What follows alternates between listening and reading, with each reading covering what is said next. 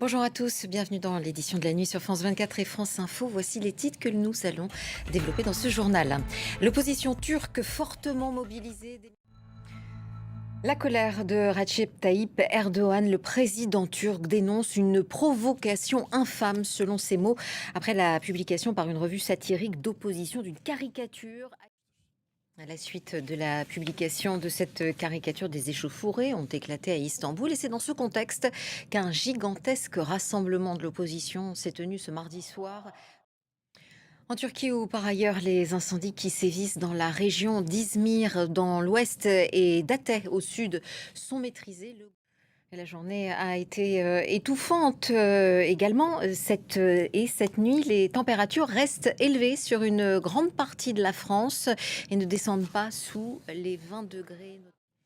Dans l'Aude, le feu est toujours sous surveillance des pompiers pour éviter une reprise. Le responsable présumé de l'incendie déclenché dimanche a quant à lui été placé en détention provisoire. Cela faisait près de 3 ans qu'ils ne s'étaient plus adressé la parole directement. Emmanuel Macron et Vladimir Poutine se sont entretenus par téléphone ce mardi.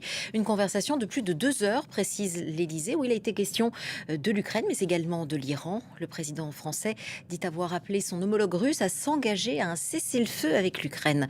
Les précisions de Romain Michelot. Donald Trump laisse à nouveau entendre qu'un cessez-le-feu entre Israël et le Hamas se rapproche.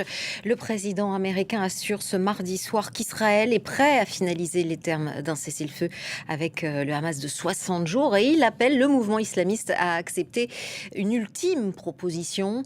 Sur le terrain, les opérations israéliennes sur la bande de Gaza s'intensifient. L'armée israélienne annonce avoir étendu son offensive.